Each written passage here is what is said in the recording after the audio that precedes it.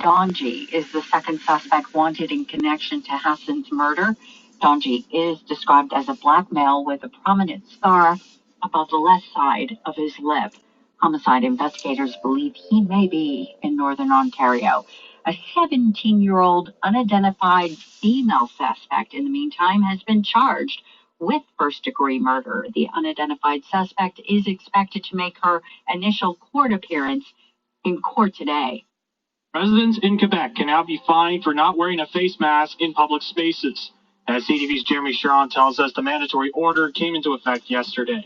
It's our responsibility, right, for us, and of course for in a social community, so I believe it's a good idea. Owner of Le Local, Marie-Françoise, says so far getting patrons to wear a mask hasn't been an issue, but says she's happy the business isn't the only one responsible if rules aren't being followed. Like they had that in the pocket and they would come in, oh yeah, sure, they would put it in, or my husband got it in the car, forget it at home.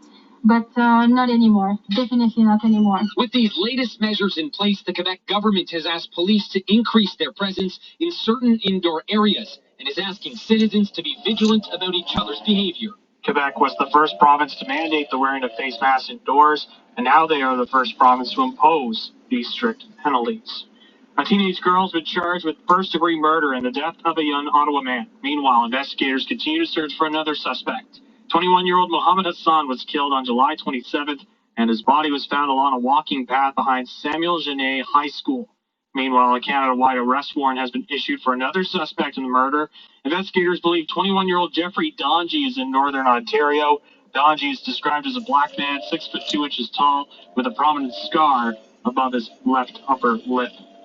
Yesterday, pro-gun activists marched in Ottawa. This was to contest what they describe as the injustice and ineffectiveness of the federal government's assault weapon ban.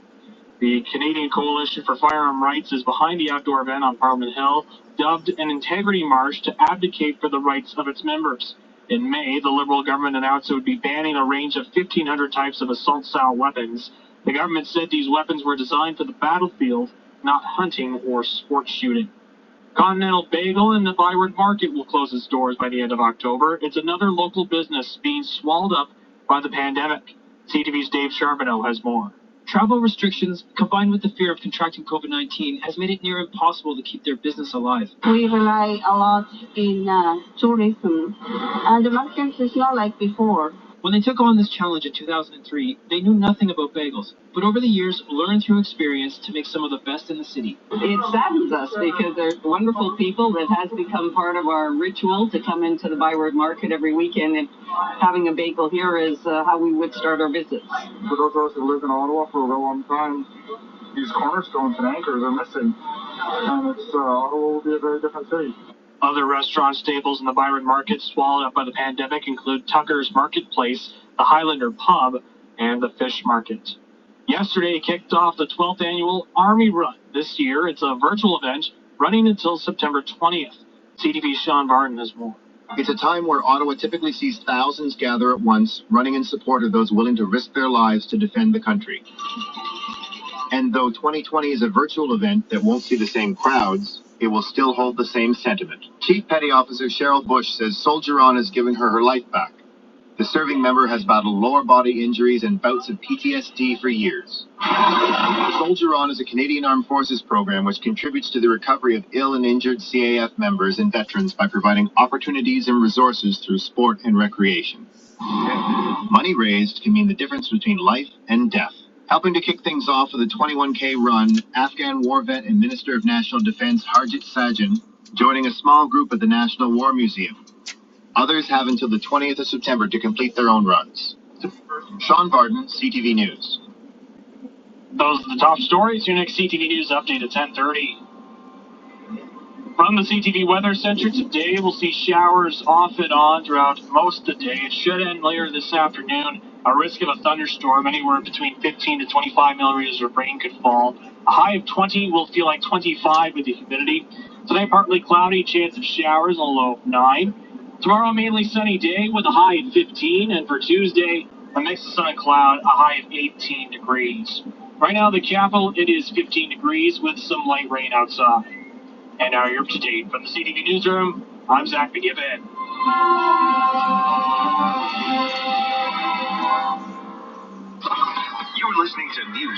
580 CFRA.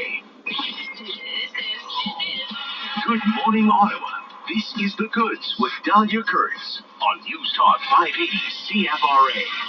Ready? We're live. We clear. It's showtime. I want a girl with some...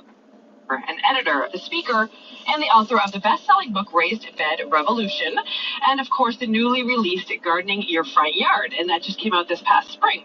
She's also a co-owner of SavvyGardening.com, along with myself and another horticulturist, Jessica Walliser. You can find out more on her Facebook pages, Raised Bed Revolution and Savvy Gardening, and we've reached her this morning in her home in Dundas, Ontario. Tara, good morning. How are you? I'm great, thanks. How are you? I'm good. Well, it's not like you and I haven't chatted lately because we both work together in Savvy Gardening. We did have our one of our regular Skype calls on Friday, so I got to see you and catch up. So how are things going, for our listeners? How are things going in your garden? They are going great, especially now that the temperature's cooled a little bit. I thought I had gardening fatigue, but I think it was really just the heat that sort of zapped my will to get out there. And now that things are cooling off, it is wonderful to be able to get out there and weed and do some of the tasks that I was hoping to accomplish over the summer. Yeah, same. and today I have big plans to get out there and just spend the entire afternoon working in the garden because it's like 20 degrees Celsius, which is perfect I think, for gardening. There's a little bit of a wind. You can work in like a t-shirt and, not be too hot. And it's perfect gardening weather right now. Agreed. And it's same here. We have a rainy morning, but it's supposed to clear a little bit by around lunchtime. So I'm hoping to get out there as well. Awesome. Well, it seems this year, of course, your book, Gardening Your Front Yard, couldn't have been more timely, because it's got plenty of ideas, it's got inspiration, and a lot of DIY projects for big and small spaces, and for people with all skill levels of working with tools, people like me, as well as people that are a little more skilled. And this year in particular, like I say, it just seems like a lot of people have tackled all of those projects that were on the back burner for months, years, decades, and they've put in new decks, new patios, new gardens. They've built trellises. They've built raised beds. I mean, is this something, especially with their, the release of this new book, is this something you've been hearing about from people, like all spring, summer long? Absolutely. I think a lot of people were inspired to really create interesting gardening spaces that they could enjoy because we weren't going too far this year. So I've even heard of, in certain lumber yards that some different sizes of wood is being sold out and it's hard to get. So I think people were really in that DIY mode this year and thinking of what they could do to elevate their space, whether it was creating new veggie gardens. Everyone's been really into vegetable gardening this year, and there was, seeds selling out at the beginning of the season and plants were hard to get. And then, of course, bigger projects like creating raised beds or a fire pit or something that you could add to your yard to be able to enjoy it throughout the entire season.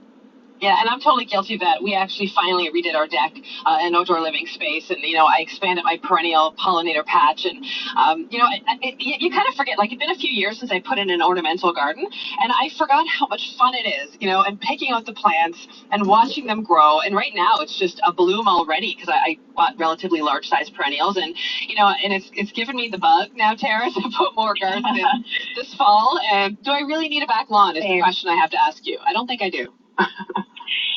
Well, I don't think I did either necessarily. Last year, actually, we took a big chunk of it and turned it into actually a fire pit with a nice gravel area around it. And then I'm wanting to fill in some of those areas that are grass currently with some gardens. So that's one of the projects that's sort of been on the back burner that might come to the fore in the fall, but I have a lot that I want to do, so we'll see what I have time for before the snow flies.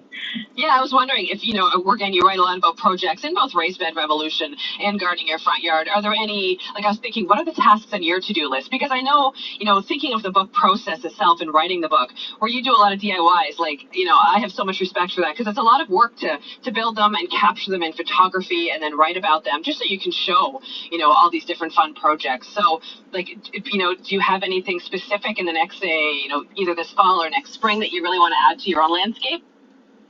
Absolutely. I've been chipping away at my front yard garden. We still have a bit of grass, and then we've kind of started to slowly let the garden encroach upon that. So my husband and I, we keep saving cardboard boxes. We have lots of cardboard in the garage to put down to make new gardens. And so I think a bit of that will go towards maybe a little bit of front yard space for garden, and then some of that will go towards a new raised bed area because I live on a ravine. So the tree canopy has actually grown considerably since we moved in, and 2 of my raised beds are getting a little bit more dappled shade than I would like. So we'd like to move some of those to the side of the house that gets a lot more sun.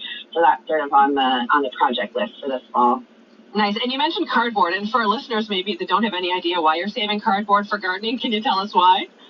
Absolutely. Well, it's a great way. If you've ever tried to dig up sod piece by piece, it is a very time-consuming activity. So the cardboard is great because I'll lay it down and then I'll cover it with compost and soil, and it'll break down over the winter, and my gardens will be ready in the spring, or it'll be ready to put a raised bed over top of whatever whatever you want to use it for. You can also use it for pathways. I've used it for pathways between my raised beds as well, and put compost over top. So it's a great way to get rid of that grass quickly and not have to dig it out piece by piece. Yeah, it's so much easier, honestly. I save cardboard for the same reason, and even just like between my vegetable pathways, usually 3 years, I lay down more cardboard, top it with some bark mulch, and it just keeps us going, like in terms of few weeds at least. Not no weeds, but very few weeds in the pathways for at least the next 3 years. So easy thing to do, especially this time of year. It's a great time to kind of refresh those areas and tidy up so that you don't have to do it in spring, right? Yeah, it's great when everything's kind of ready to go in the springtime. So putting that extra work in the fall is definitely worthwhile. Yeah, well, I want to talk about some of the projects in gardening your front yard because, there's a lot. There's a lot of projects. There's so many spaces, big and small. So even if you have a big yard, you can kind of eye up a corner and maybe, apply one of the smaller projects to it. But, there's one that I really loved that kind of something that I would love to do in part of my backyard. And the project is, you have it titled, Keeping an Eye on the Kids in Style. And it's just basically, I think you can tell us more about it, but creating a sitting area in your front yard or wherever you have space, of course, where you can enjoy this outdoor living area. And it just kind of elevates sticking chairs on your lawn to creating this beautiful space for the family. Absolutely. And I see more and more of these outdoor spaces that have, chairs maybe around even a small fire bowl. I was riding from Brantford to Port Dover this past summer on a ride, and we came across this really lovely house with a front yard with a pergola and then chairs around it. And that's similar to what I shot for the book. There was this really lovely house not too far from where I live, and they had put in this really big front yard patio with a lovely pergola over the top, and they have ornamentals. They also grow some vegetables up the sides of the trellis, and they are able to watch their kids play on this lovely dead-end street so that they can be in the front yard and enjoy it and relax and read a book, and, they can keep an eye on the kids while they're at it. Yeah, I love that. And of course, it's also just a space you could create. Anybody could create this space, whether you're on your front yard or backyard watching your kids or not. But, I love the fact that so many people have really, again, tackled all of these dreams maybe they've had for the yards for years. And you mentioned lumber running out. I know that's been very true in Nova Scotia, that for decking and raised beds, it's been in short supply. And I know people have been putting out there, even on Twitter, I need 12 boards of this size and shape. Does anybody sell me any? And it's both great and unfortunate. I'm glad that people have been tackling these dream projects of theirs for sure. Absolutely, and I think people are realizing that front yard space doesn't just have to be a lawn and a foundation planting. It can be put to use as another garden room. Yeah, and sure. they can use it to good advantage, whether it is creating a seating area or growing food. Sometimes that's where all your sunshine is. So being able to grow a vegetable garden in the front yard is a great way to maximize that space. Yeah, and I mean, 10 or 20 years ago, that was maybe frowned upon a little bit, especially in certain communities. But I think it's so much more widely accepted now, and partly because of books like, Raised Bed Revolution, and now Gardening Your Front Yard. So, I mean, we're seeing a lot of raised beds in front for food gardening. And this is a good time now to think about that. And like you mentioned, if it's your sunny space, build now, fill the soil, and you'll be ready to plant come spring. Finland, what did your mom say after the fact? What was her response to Terry's decision when he finally showed what the impact really was? Well, even after that comment of Terry's to Mom, that people right across Canada get cancer. He's started in Newfoundland and very supportive, of course, and worried. From the time we, as a family, we were at the Vancouver airport on April April 7th with Terry's good friend Doug Allward and Doug's family, and sending them off, and none of us not really knowing, what was going to be happening over the next several months, or how Terry was going to be received once he arrived in Newfoundland. And so Mom, of course, very, very supportive, worried, concerned, about for a son that's going to be running every day, and not sure how his health was and all of that, but very supportive, and knowing the impact, as the Marathon of Hope grew, she was so proud, and Mom played such a huge role in where we are today. Terry passed away in June of 81, 9 months after he was forced to stop the Marathon of Hope, and it was our mom who led our family and was there to visit Canadians across this country every year in their dedication and commitment, and she believed in what Terry was doing, and it's why our family is involved today, is because of what our mom did right from the very beginning. Your family is so involved. You live and breathe supporting this legacy, pushing it forward, helping Canadians. Terry was pursuing a degree in kinesiology when he started training. What do you think, had he not had to deal with everything he did? What do you think Terry would have been doing, and what do you think you would have been doing right now, Fred? Well, I think Terry for sure. I mean, even with cancer, even with running the Marathon of Hope, and with the anticipation and of arriving home and finishing the Marathon of Hope on Vancouver Island, Terry was going to finish his degree at Simon Fraser, and probably I think he was hoping to become a phys ed teacher, a high school teacher, and being a leader and a coach and a mentor, and even without cancer, he would have been doing that, and probably had gotten married, had a family like his siblings have, and that's what he would have done. Terry never, even after the Marathon of Hope, never wanted the notoriety. Didn't care for the handle of being a hero. And around the world. We offer more than 300 programs of study and have more co-op programs than any other college in Eastern Ontario. Find a diploma, graduate certificate, or degree program that works for you. Visit us at algonquincollege.com. Algonquin College. Changing lives. Now playing on the Frequency Podcast Network. A little bit of everything. Sports, politics, lifestyle. There's something on it for you. It's your destination for interesting conversations. Let's take a short peek at what you can listen to. All right, so everybody, welcome back to episode 2 of the Black Tea Podcast, the infamous Black Tea Podcast. And today we have an exciting, intriguing, fascinating show tied to the sports world. I feel like sports is always going to be relevant to issues of race because there's just such a large amount of racialized people in sports, and the power dynamics are constantly at play. And of course, like everything else, racism comes into play as well. Yeah, we are in an unprecedented moment in time, and sports does not exist on a separate island. It is not immune to the major shifts in consciousness raising occurring at this time. Now, the theme of accountability is constantly being applied, and racism in sports has definitely come to the forefront. Now, the infrastructure around the business of sports continues to contain gatekeepers and barriers affected by racism, and today we wanted to discuss racism at all levels of the sports world. So I wanted to introduce you to our guest.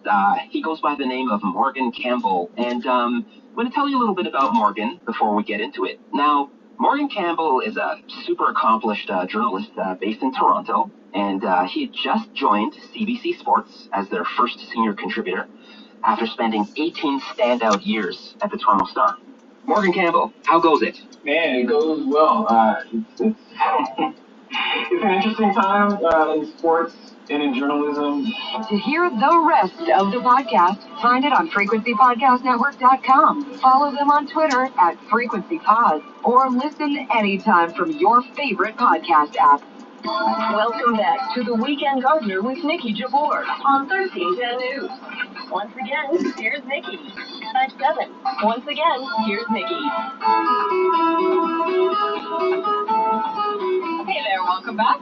I'm speaking talking with Tara Nolan, who owns the website Savvy Gardening, along with myself and horticulturist Jessica Walliser. She's also the author of 2 books, Raised Bed Revolution and the recently released Gardening Your Front Yard. And she has a Facebook page for Raised Bed Revolution you can follow and get inspired, as well as Savvy Gardening on Facebook too. And Tara, thanks for taking time out of your Sunday morning to chat with me today.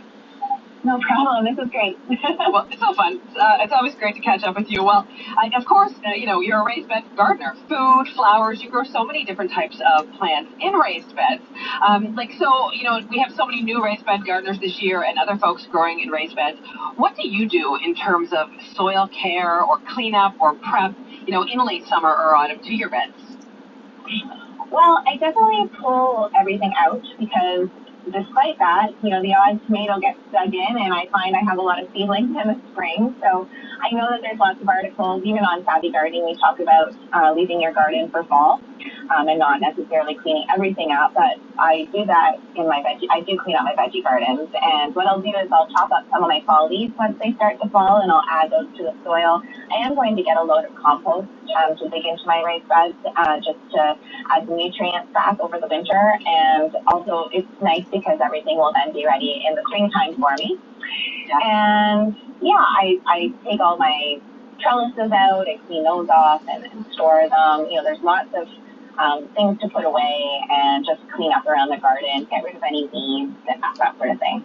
Yeah, for sure. I mean, raised beds, honestly, they make it so much easier, and it's far less work than the old in-ground gardens I used to garden in. So even though I have 20 plus raised beds in my garden, it's really not that much work, and especially when you tackle it like a little bit at a time here and there. Absolutely, and I don't mind it now that it's cooler outside. I would happily take that over the heat. For sure, yeah. And this is the time of year, too, when people are planting. I know you can, if you can find them now, a lot of the local garden centers have their bulbs in. You can plant things like saffron, crocus now for harvesting. But, of course, we're coming into the wonderful season of garlic planting. We're enjoying our homegrown garlic from our 2020 crop, but I have put aside some of it for planting. Is that something you'll be doing as well this fall? Absolutely. I plant garlic every year. I have not shopped for garlic at the grocery store in several years now, and it's really nice to be able to store it. I store it in my cool garage over the winter.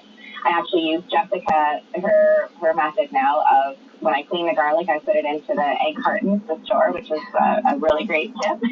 Yeah. And I love growing garlic. And the garlic scapes I still have garlic scape pesto cubes in the freezer that I'll be able to enjoy over the winter as well. Yeah, that's my favorite thing, honestly. I don't even, bother with the nuts in the pesto. You put them in the food processor, mix them all up with a bit of olive oil, and then we freeze that in kind of a thin layer in Ziploc freezer baggies, and we use that garlic from the garlic scapes all winter long, and it is just so good. It's just as good, sometimes even better than the actual garlic bulb. So don't get rid of your scapes. Don't toss them in the compost. Make sure you use them because they are delicious. They are really delicious, and I'm always so sad when I come to the end of them. That makes sense. I get that. Another thing I've seen, and of course you have this in the book as well, Gardening Your Front Yard. A lot of people, they put in new decks and patios, and they've been looking also at their furniture and, outdoor furniture and patio furniture, and they've either been redoing their furniture by painting it, fun colors or just, fixing it up a little bit, or they're picking up pieces on some of the, buy and trade sites that are out there, and then, redoing older type furniture as well. And you actually have a DIY in the book on this too. I do. My parents had this old metal patio set. It's just a really cute cafe table with 2 chairs, and it was green paint, but it was peeling and really weathered.